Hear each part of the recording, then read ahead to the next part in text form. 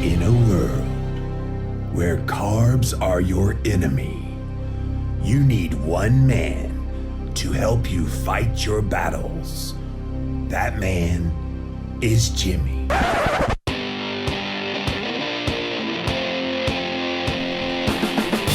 Combating nutrition disinformation and general bull. It's Jimmy Rants.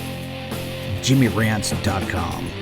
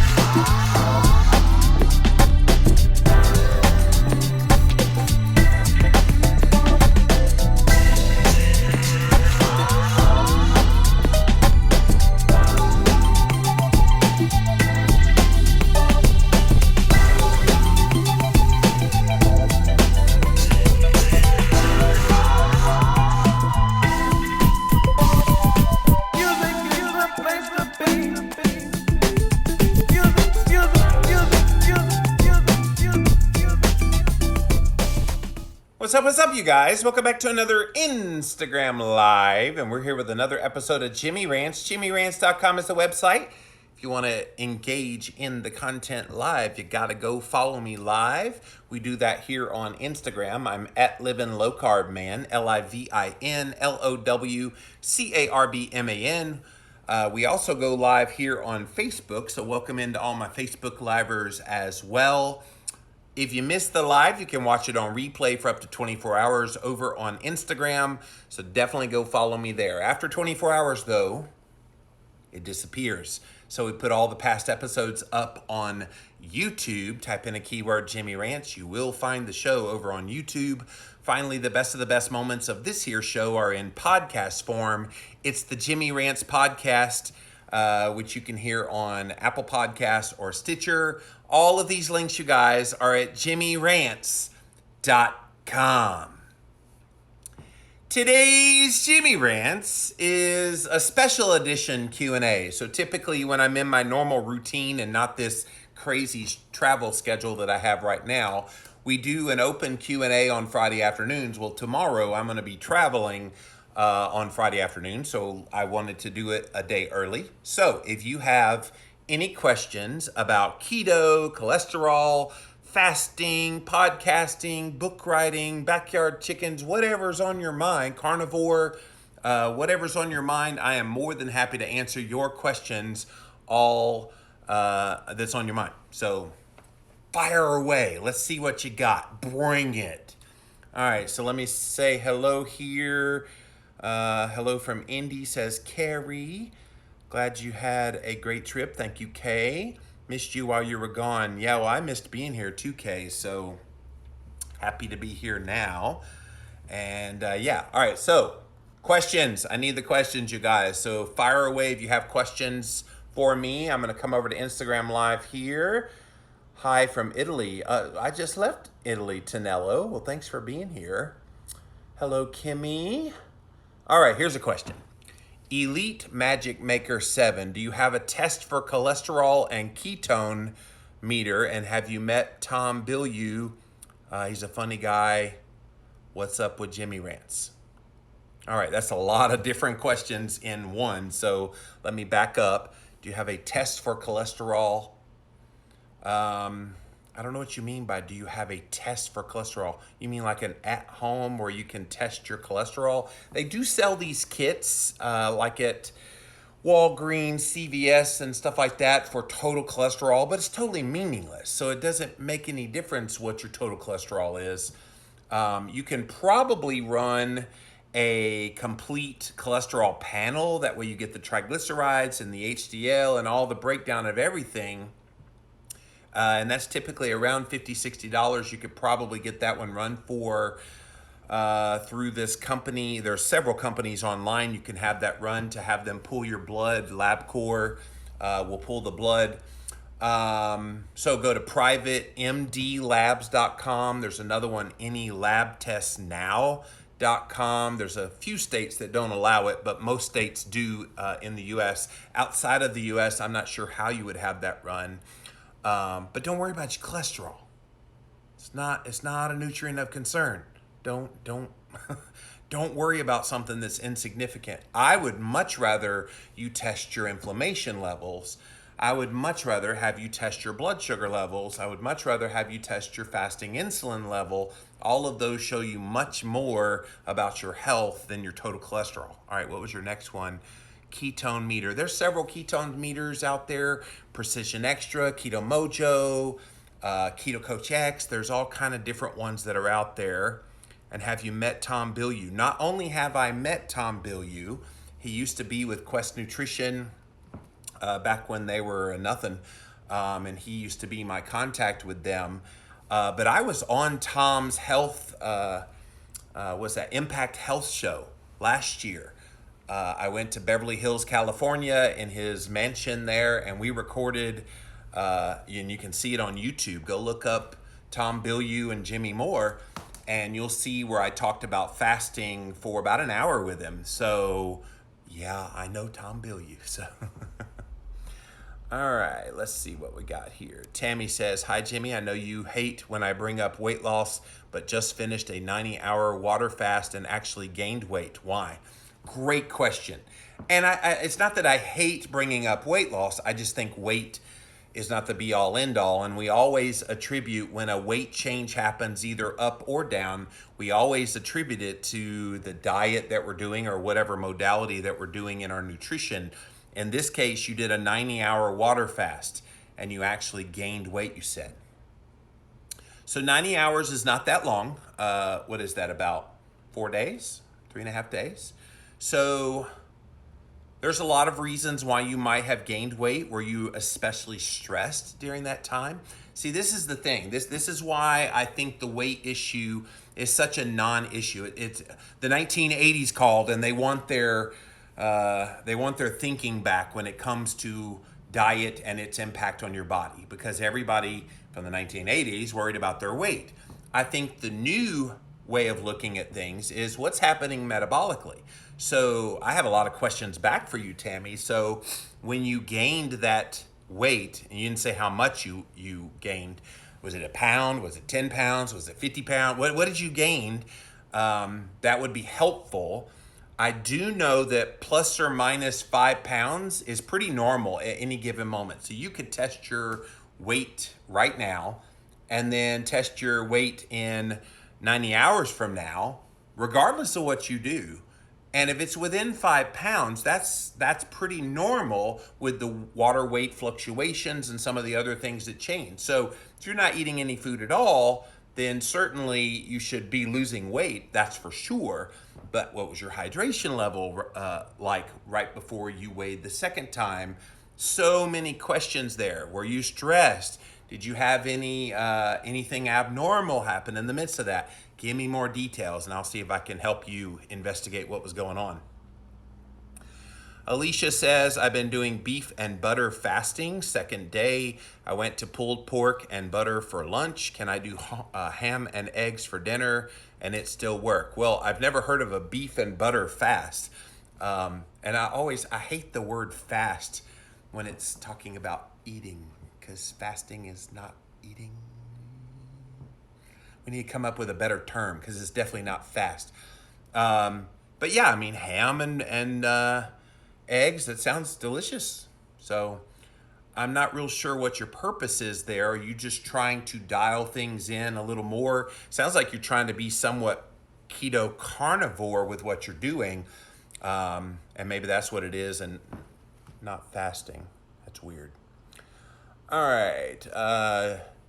Gela65 says, "Did your chickens and garden survive your time away?" Yeah, we have a great caretaker. This lady watches our chickens for us. She waters our garden for us. She's the benefactor of a lot of the stuff that comes out of that garden. Watches our fur babies for us. So yes, it exploded. When we get back from our trip to Myrtle Beach next week, We'll be gone all week. When we get back, maybe I'll do a Jimmy Rants where I show you around the garden and how it's exploded already. But yes, it's doing quite well. Jenny says, are 87 or 89 a good fasting blood sugar? I don't test normally. Yeah, anything under 100 is considered good. Now, obviously, when you eat ketogenic or you're fasting, normal and good is going to be a little bit lower than 100. You're typically looking for somewhere between 60 and 100. That optimal range is 70s and 80s. So most keto people that are metabolically healthy and have really good insulin sensitivity will typically see their blood sugar fall in the 70s and the 80s. Sometimes when you do an extended fast, you will see the blood sugar get down in the 60s. All of that is normal. And even the morning blood glucose, if it's 110, 115, 109, that kind of thing, it's not a big deal to worry about if it's early in the day. And we've talked about this before, being a glucose sparing effect. Sometimes people will have that. It's typically a sign of insulin resistance that you have that happen in the morning. It's a perfectly fine thing. At that point, look at your A1C level and make sure it's under 5.5, ideally a lot closer to 5.0, and you're good. But yeah, 87, 89, perfectly healthy fasting morning blood sugars. Good job. Christine says, do you drink diet soda? I'm trying to kill this addiction. Yeah, I do like to have diet soda from time to time. It's certainly not ideal. Water is perfectly ideal, obviously, but you got to live in the real world. Sometimes people want a little bubbly. There are machines out there that will make bubbly things for you. Commercially, there's several companies out there that have kind of bubbly water that's just kind of soda water, basically. Some of them are infused with some flavor, but just, if it helps you stay on plan, I'm all for it. Now, is it something you want to continue to do long term? Probably not. Try to titrate yourself off of it. But I think back to 410-pound Jimmy Moore. I used to drink 16 cans of Coca-Cola a day. So going from 16 cans of Coca-Cola a day, I needed a bridge. I needed something that would help me transition to not having sugar. So I would have diet soda, and it was a godsend to be able to do that. Now, if you told me I would have to go off of all soda altogether, sugary and everything, and I would just have to drink water, I might not have been successful on low carb. So I'm not this dictator when it comes to these kinds of things. I think you have to live in the real world, and if a diet soda helps get someone through, then that's what you do. Tammy says, I had terrible stress from a family crisis and didn't sleep much at all, so probably cortisol. Tammy, that's exactly what it is. She gained weight during a 90-hour fast. And my first question was, did you have anything stressful happen in that 90 hours? And so, family crisis and didn't sleep much. There it is. So, yes, cortisol response. That's what happened. Paleo Pharmacist, what's up, Nev? Loved all the pictures from your trip. Have travel goals now. Yes, Italy was so glorious. And I ain't gonna lie, those carbs that they have there are amazing. I'm just not gonna lie. You gotta go there and you gotta have a little bit of that. Most of the time I stayed pretty keto carnivore, but I did not have the pizza in Italy. I wanna say I had pasta. I had a carbonara one time just to say I had it. I didn't really like it. It was like, it was just plain. I'm sure it was perfectly fine pasta. It just didn't do anything for me anymore, which was interesting. Same with the bread. I didn't really have any desire for the bread, but I did love the pizza. It was really good. And the gelato was also really, really good. But yes, definitely make it to Italy if you can. Alicia says it's supposed to break a stall, but I'm hoping it will help my insulin resistance, talking about the eating the meat and the butter and the stuff like that. 4 days of it, basically carnivore, no carbs. Saw it on Dr. Boz. Yeah, I love Dr. Annette Bosworth. She does really, really good work. Hello, Lindy. Thanks for being here. Jenny Rich 7. It was 5.0 last check. So that's your A1C. That's perfect. That's beautiful. Mariposa, my ketone meter measured 0.8. Is that good or bad, or what does it mean? So, nutritional ketosis on the blood ketone meter is defined as 0.5 to 3.0. So, anything over 0.5 means you are burning fat for fuel. Now, I have found in my many years of experience of doing this that there's kind of a sweet spot. And maybe it varies from person to person, but for Jimmy Moore, my sweet spot tends to be somewhere between 1 and 2. If I can get blood ketone levels to fall within that 1 to 2 range, I know that I'm doing really good in my keto. If I tend to fall on the lower end, like 0.6, 0.5, then I know I'm probably not getting the full benefits. Now, with that said, let me caution you, because there's some people that they try to chase higher and higher and higher ketone levels, and that's not the goal, you guys. The goal is to get into a state where you're completely satisfied with your hunger. You have no hunger, you feel good, you have mental clarity, your mood is stabilized, you just feel healthy. And you know it when you feel that way. And you don't really have to test to be able to see, are you in some kind of a range that you feel that way? And of course, I'm talking about long-time keto people. If you're just starting, test, see where you stand, kind of get it dialed in. But once you're dialed in and you've done this a while, subjectively, you can feel when you are in that healthy range. So 0.8, yes, that should be good, but I want to ask you back, do you feel good at that range when you see 0.8 on the meter? If you do, then that's your answer. You have to live and enjoy, especially in Italy. Yes, you do, Nev. That's for sure. Pizza here in Italy is my carb temptation too. I could not imagine Tunello living in Italy and being around that food. Now, the big shocker, you guys, here in America, every single pizza joint has pepperoni pizza. We went to about 20 different restaurants over the time that we were there. All of them had pizza. One of them had pepperoni on their pizza, and that place only put 4 pieces of pepperoni. It's very crust centric, not topping centric. Here in America, we're extremely topping centric with our pizza. So like meat lovers, veggie lover, there it's like big old platter of the crust, and it's the most glorious crust you've ever had, and just a little bit of sauce and a little bit of toppings. We have it completely backwards here. So if you think you're actually eating authentic kind of Italian styled, no, you're not. Every time you've had a pepperoni pizza, that's not what they serve in Italy. It was definitely a culture shock. Maybe I should do a whole Jimmy Rants on all the things that I observed when I was in Italy that's different than what I expected. All right, let me come over to Facebook Live. Thank you guys for being here. Let's see what kind of questions you have. If you're just joining us, we're doing an open Q&A session. Pretty much ask me whatever you want, and I'd be happy to answer your questions. Hey, Mitzi. Hey, Kim. Mary says maybe you should consider Kansas for your next big vacation. Hey, you could set up a keto conference there. That'd be awesome. Lisa wants to know, do you have any suggestions for reducing stress? Yes, drugs. I'm just kidding. Don't do drugs. Just kidding. Yeah, stress is a biggie. And I think someday I'm probably going to write a book called Stress Clarity, because I think this is the big unspoken reason why people still struggle with weight, why people still struggle with some health issues, both physical health, mental health, even spiritual health. I think it wrecks people, stress. So how do you deal with it? I think there's so many things that are involved. Number one, taking things a little more in stride. I know there's people, and I've got them in my life, that they seemingly thrive on wanting to wallow in their stress of, oh, woe is me, this is bad, look at what's happening. And I think mindset is a lot of that.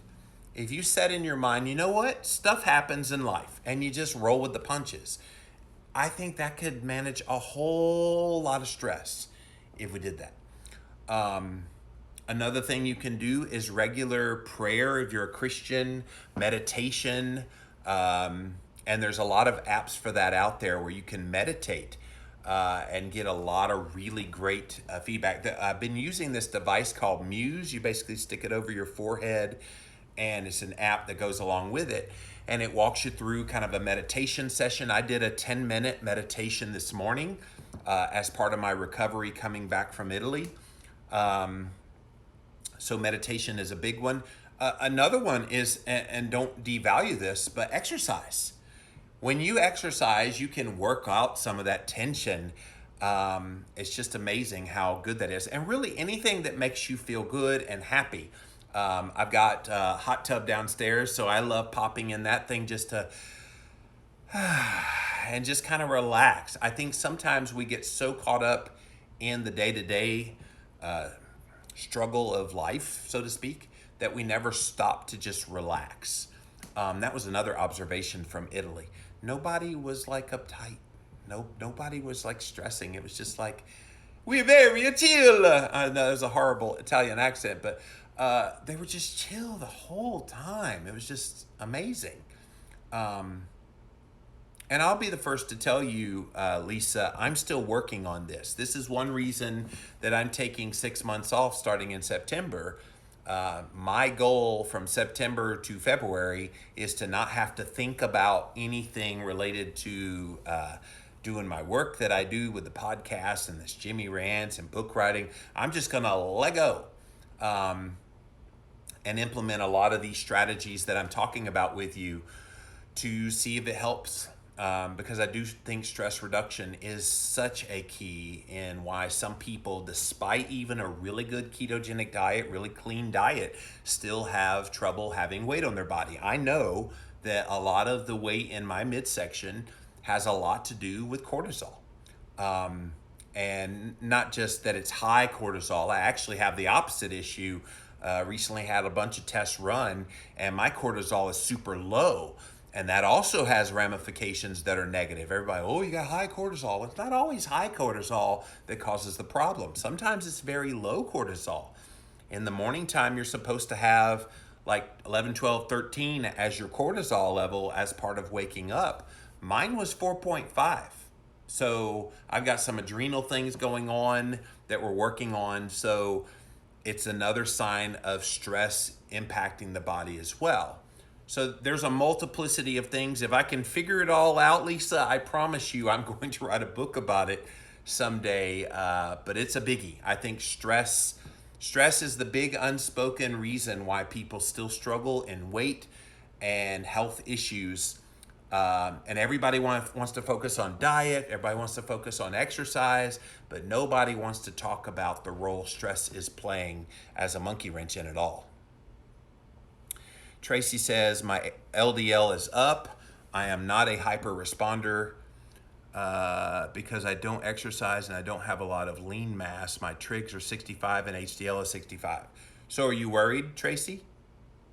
What does LDL is up mean? That doesn't really tell me anything. Tell me more. I need more. Give me more data. Give me more things to comment on because I can't really help just based on that. Enid says, what are your thoughts on collagen supplements? Do we need them or will they help crappy skin? So I use collagen peptides as well as gelatin from this company called Further Food. I love their stuff, by the way.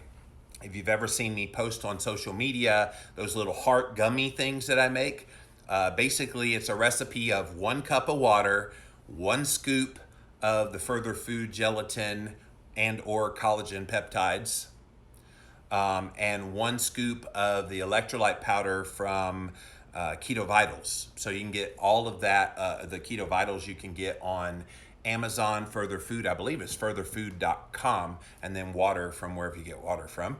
And then set it in a little mold and stick it in your fridge, and within a couple hours you've got these little gummies.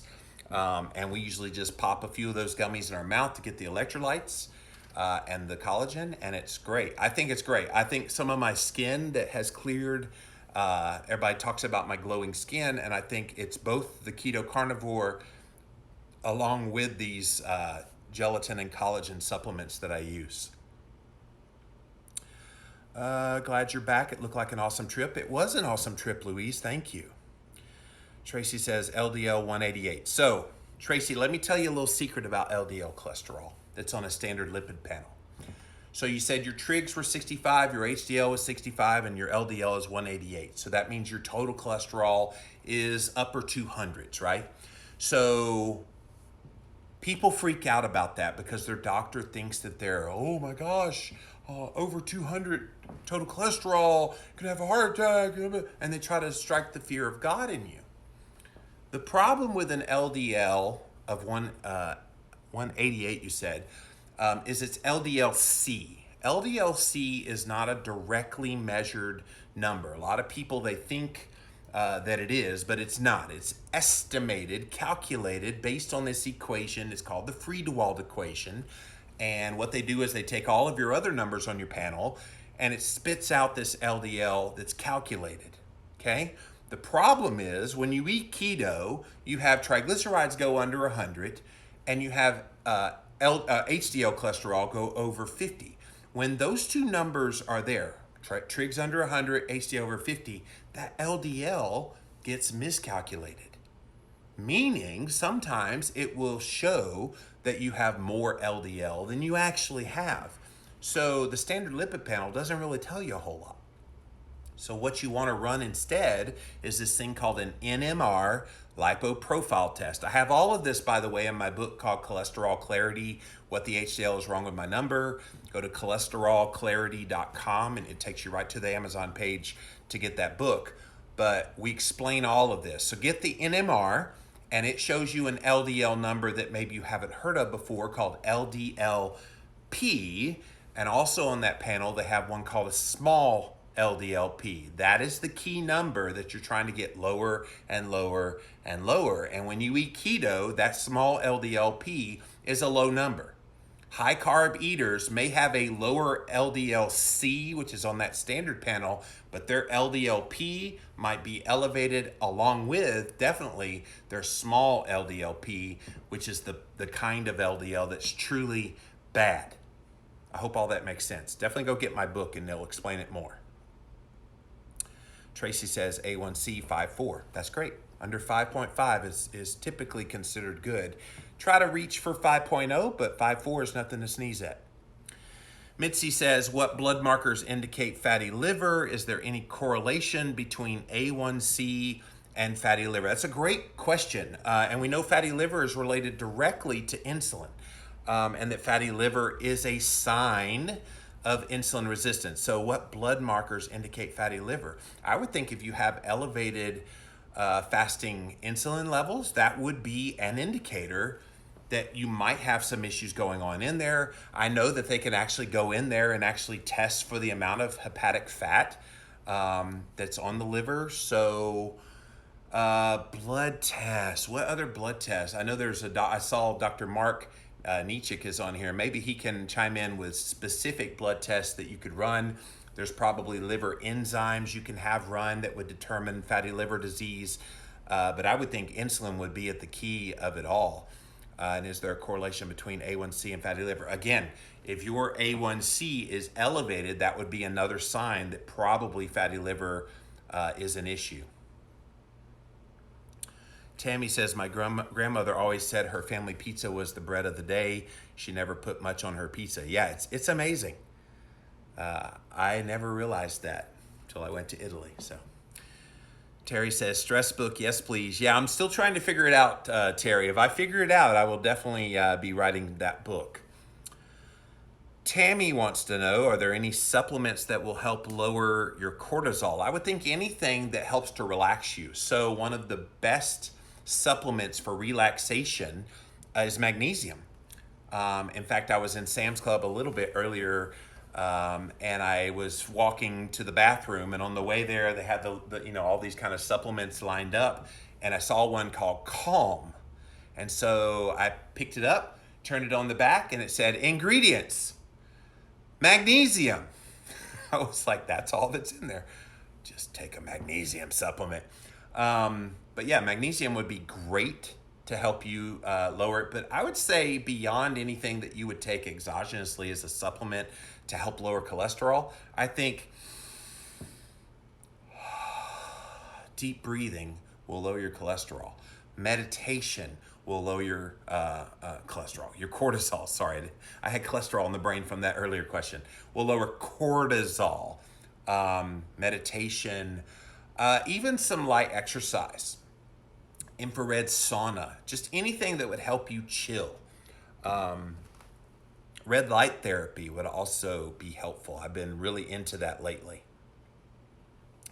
Janet says, I've been doing a lot of motivation videos in the morning and also trying to stay in the present, not dwelling on the past. That's great, Janet. Keep that going. Terry says, I found Europe is way more relaxed. Yeah, the hustle and bustle is not there like it is here in America. They take time off often and know how to entertain on the weekends. Yes. What outside lab do you use? What outside lab? What do you mean outside lab, Tammy? So when I run labs on myself, I use this company called privatemdlabs.com. They're related to LabCorp. So what you do is you go on privatemdlabs.com. I'm not affiliated with them in any way. It's just they have a very cool interface and it's easy to find the tests I want.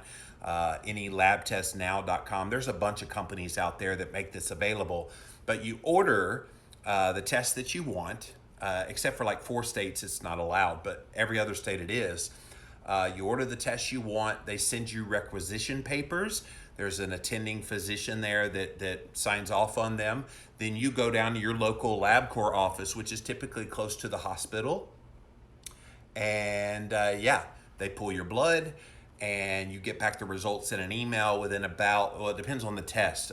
If it's a quickie little test, you'll get it back within a few days. If it's something that's a little more extensive, it might take a week or 2. But you get them right back directly in your email. Now, I would caution you on trying to diagnose yourself based on those things unless you have an understanding of what the numbers mean. I'm very fortunate with what I get to do. I have multiplicity of professionals that I can go to. I call it my bud, Dr. Will Cole. Okay, what's this mean? Dr. John Lemansky, Adam Nally, Eric Westman. I have all these guys I can contact. So don't just willy-nilly run these numbers without having someone that knows what they mean help you interpret what appropriate action you should take based on those numbers.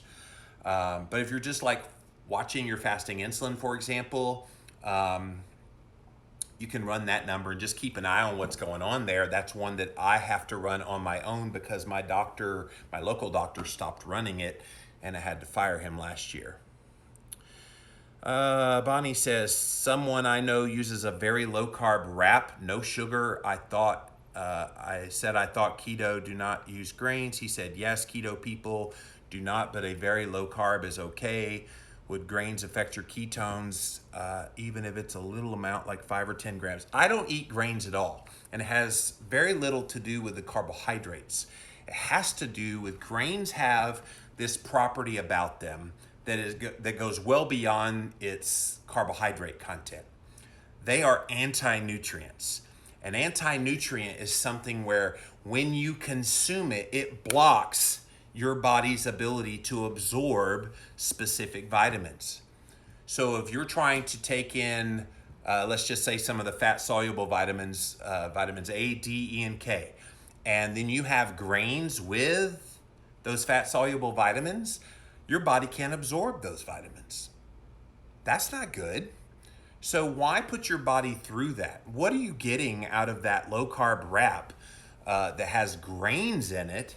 Why are you eating that when you can make your own wrap out of cheese? There's so many great grain-free type of wrap recipes out there. It'd be silly to do that. Now, I know some people say, well, this Mission tortilla company claims it's only 5 grams of net carbs, and never mind, it's like 20 grams of total carbs. Don't trust companies like that. I think you can make your own. We become lazy as a society, not you specifically, Bonnie, but in general, people are lazy. They want the convenience foods. They don't want to have to go through the effort of having to cook something. Cook.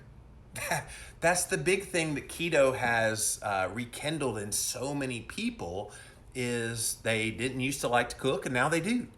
And I think the sooner we get back to cooking again, the sooner you get healthier. Jessica says, I'm on a personal rant. Somebody told me I'm too skinny. First, false, I'm 143-ish pounds. Secondly, don't tell people they're too anything. It intimidates or intimates that there is something wrong with you. I'm strong like a bull. I can take it. Some folks are more emotionally delicate. Don't make people feel bad about themselves. Yeah, I used to hate that. Right after I lost 180 pounds on the Atkins diet in 2004, you had people talk about, oh, you've lost too much weight. And it's like, you're not helping that person. Because when they were obese, nobody said a word. But now that they're doing something about their health and actually losing weight, now you're talking to them and discouraging them from the very thing that you didn't have the courage to tell them when they were going through all the crap that they were putting in their mouth to get obese. Yeah, it's kind of a weird psychology about how people are around others that are making changes. And of course, I've talked about this before on Jimmy Rants. I think a lot of it is sometimes people feel like your success is judging them and they don't want to face the reality that maybe they need to make a change too. Sherry says, I just saw a video from a recent keto meetup where A1C can look okay, but insulin can be out of control. Yes, Sherry, I have an A1C right at 5.0, but my fasting insulin is like 11, 12, 13. It's not bad, but it's not ideal either. So my goal is to get that under 5. I think managing the stress is going to help with that. So that 6-month sabbatical will definitely help move it in the right direction. But you're right. A1C does not tell you the whole tale of how you're doing. So that's why I think fasting insulin is better. If you're doing keto, what else can you do to make sure insulin stays controlled? I think the key, Sherry, and you know this, I've known you for many years, you do all the right things in your diet and you still have an elevated insulin. It's something not in your diet. It's something in your lifestyle. And that something is the stress. Now, you've gone through the death of a husband. You've had some really traumatic stuff in your life. And so if you have a continued high insulin level, fasting insulin level, it's probably still residual stress. And how we manage that stress in the day-to-day is going to be the key in bringing that insulin down. I'm really excited to see that in my own life when I do this sabbatical, to see if that insulin goes. Wouldn't that be awesome? And not that everybody can take 6 months off, but it would show that there is a need in the day-to-day to deal with the stress appropriately. That's it. I'm moving to Italy, says Tammy. Another Tammy says, I'm a nurse working on her NP and husband is a DO. We don't want to use our health system. Yeah, it's gotten to that point where the healthcare industry is sick care industry. And it's been that way for a long time. This isn't something that just popped up. It's why functional medicine practitioners are a thing. It's why people are seeking out nutritional therapy practitioners like Christine, because they're not getting answers from their doctors. Terry says, since my keto lifestyle, I try to make positive compliments to my friends when I see that they are getting healthy, puts a huge smile on their face. I know it makes me smile too. Yeah, I think if you tell somebody, wow, you look like you're glowing, look at what that keto thing is doing for you, how is that anything but a positive and an encouragement to people? So yeah, I think we should take the focus off of appearance of weight. Not that if you had a great weight loss, I'm not trying to devalue what you've accomplished, but I think sometimes we forget the way we say things. Oh, you look good now. So it has a connotation after people lose weight. It has this connotation of, so did I look bad before? Was I ugly before? I think we have this, it's a psychology thing that I just will never understand, but it's kind of like a tautology at this point, the way we talk to each other about weight loss and that kind of thing. I had to go over that with my primary doctor, why my A1C doesn't show my fasting insulin. She finally agreed and it was 7. Well, Tammy, that's That's great. I think a 7 insulin is probably decent. Ideally, you want to get it 5 or below, but 7 is good. Anything in the single digits is good. All right, let me come back over here, see what came in. Nev says, I will tell you, 9 years ago, I took a year off all social media, just went to my job, read books, and enjoyed every day off. Best thing I ever did. Nev, I am so looking forward to it. A year. I don't know if my brain will let me go away for a year. 6 months is going to stretch me. And here in the month of May and June, I've been really taking it easy. When I was in Italy, I didn't do a whole lot of anything, and it was glorious. It was just so awesome. It kind of gave me a little bit of a sneak peek of what my 6 months off will be. But you're right. I mean, I think it could be very cathartic if you're able to do that. And kudos to you for pulling that trigger. Mary Posa says, get rid of all the toxic people in your life and learn to say no. Here to that. Bertram Jerry says, what about spaghetti? Is it different? The pasta in Italy was a lot thicker than I expected. So we have this like really thin, like spaghetti noodles is really thin here in America, not angel hair pasta, but just the regular spaghetti. But there, I mean, it was thick. It didn't do anything for me. I didn't really care for the pasta. Temple Dietitian says, how about ashwagandha for cortisol? Thank you for bringing up the adaptogens. I neglected. Dr. Will Cole, my co-host on Keto Talk, would slap me with a wet noodle if we ate noodles for not mentioning ashwagandha. But thank you for that. Yes, ashwagandha, great one. And limiting coffee will help as well. Yes. Mary Posa says, I chill out with red wine. Yes, I have a drinking problem, and just kidding. Sam says, any grain at all makes my blood sugar and blood pressure go up. It also makes your inflammation go up. Now, I mentioned the anti-nutrients, but there's a lot of negativity that comes with grains. I just don't do grains. And I know you can soak them and sprout them and supposedly making them healthier, a la what Weston A. Price Foundation recommends. But I think it's easy just to let go of all of them. You don't need it. You don't need grains. JGAN16, cardio doctor says insulin levels are not associated with heart health. That cardio doctor needs to go back to his medical school and ask for his money back, because they didn't teach him if he thinks insulin has nothing to do with heart health. But again, it's a nutritional component. They know about they know about the endocrine system and the hormone insulin as it relates in the body, but for him not to understand that there is an insulin connection to the heart, that's just astounding. But then again, it's not. Keto Tiny and Vintage, where do I buy the vibration plate that you use? So I have the vibration plate right down there, actually. And there's this thing, I've demonstrated it on Jimmy Rants before, but you step on it and it goes, and it's like a lymphatic shaking system. My buddy Dave Asprey from Bulletproof sent that one to me. He gave me a nice little discount, but go to Bulletproof, his website. You should be able to buy one. But you can get those vibration plates anywhere. Just type in vibration plate in a Google search. You should be able to find it. Try to get one that's a little more powerful. That one, it's so powerful, I actually have to put down shock absorbing flooring underneath it, and it still shakes the whole building when it's on. The wheat isn't Monsanto wheat like ours. Their wheat isn't Monsanto. Okay, I think you used like talk to text because there were so many misspelled words in there, but I think you said their wheat, meaning Italy, isn't the Monsanto wheat like we have here in America. I think that's what you said. All right, let's see if anything else came over here. Can someone spell that for decreasing cortisol? Ashwagandha. Waganda.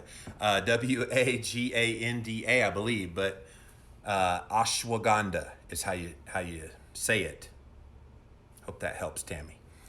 Keto Tiny and Vintage. Yes, it's awesome. Just wanted a quality one. Seen a few, but wanted a good one. I'll check out his page. Yeah, the bulletproof one is the one I've got. And it's this big square. You plug it into the wall, and it's got this little notch, and you just turn on the notch, and it's pretty awesome. So, all right. Well, if there are no other questions, thanks for joining me for this open Q&A session here on Jimmy Rants today. I always love hearing the questions that you guys have to share. I think I got one comment, maybe. Yeah, this comment came in. 2 keto info books. I have multiple of yours. So this person wanted to know what are the good keto info books. I can't do that. There are so many out there now. I mean, I could go, my friend Maria Emmerich and her husband Craig Emmerich wrote a book called Keto, and I think it's a fabulous resource for anyone looking for knowledge. Obviously, I've written many books about keto, so I'm a little biased. I think Keto Clarity is a great start for most people that are just getting interested in this. By the way, Keto Clarity was mentioned in 2 pretty major magazine articles. Inc. magazine interviewed my publisher. And so Erich Krauss from Victory Belt Publishing was quoted because they were looking at all these keto companies that have exploded in popularity and in sales. And so Victory Belt's one of those. And Erich mentioned my book was kind of the first one that kind of kicked off the whole keto movement. So they mentioned Keto Clarity in Inc. magazine. So how cool is that? I was in a business magazine. Not me, but my book title was in there. So I need to try to find that magazine and take a picture for you guys. And then just today, Women's World magazine did a feature story on my friend Anna from Keto San Antonio. And so she was featured in there, and she mentioned that the book that inspired her to start keto was Keto Clarity. So I had 2 pretty big endorsements of my book Keto Clarity here in the last week. That was pretty cool. All right. As far as other books, I mean, there's just so many. I really hate to name too many more books because I'm going to insult some of my friends that have great keto books. The Italians actually buy their wheat for pasta in North America. Yeah, I don't know. I believe you. Great job on the Q&A. Thank you. Appreciate that, Gary. Supplements that you take daily. Rachel, great question. What supplements do I take daily? So I take a multivitamin. I have one with a company that I own called Keto Living is the name of the company, ketoliving.com, ketoliving.com. And the one and me and Dr. Adam Nally helped to develop this Keto Essentials multivitamin. So I take that. I also take some blood sugar regulating type of supplements. Berberine is one that I take, which has, I also have that on ketoliving.com. It's got berberine and chromium and banaba leaf. Those are all blood sugar modulators. I also take a fish oil supplementation.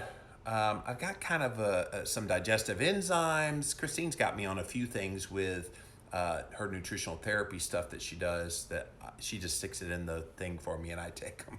And I'm also on the adrenal support after those numbers came back recently. So a functional medicine doctor is helping us with that. But I don't overly do it on the supplements. I think you can get a lot of your nutrition from your food. I'm trying to incorporate more organ meats. So in the meantime, while I'm trying to get that into my diet, I do take this organ meat complex from a company called Paleo Valley, which has beef liver, beef heart. It's got all kind of beef kidney and all kind of things like that in a freeze-dried pill form. And it definitely makes taking the organ meats a lot easier. All right. That's it, guys. We're all out of questions. So that's it for this episode of Jimmy Rants. JimmyRants.com is the website. As always, if you want to engage live in the content, you got to go follow me over on Instagram right there. I'm at Living Low Carb Man, LIVINLOWCARBMAN. Once you're there, you can engage live. We also go live simulcast over on Facebook Live. So thank you guys for being here today. Hang around. We're going to be here for the Jimmy Rants after party here in just a moment. If you missed the live on Instagram, you can watch it on replay for up to 24 hours. After 24 hours, poof, it disappears. But never fear, we throw all the past episodes up on YouTube. Go type in a keyword, Jimmy Rants, on YouTube. You will find the show. Finally, we have the best of the best moments of this here show in podcast form over on Apple Podcasts as well as Stitcher. All of these links, you guys, are at jimmyrants.com. So this is the last Jimmy Rants probably for a little bit, because I might do a few in the next few days, but I am gone in Myrtle Beach starting on Monday.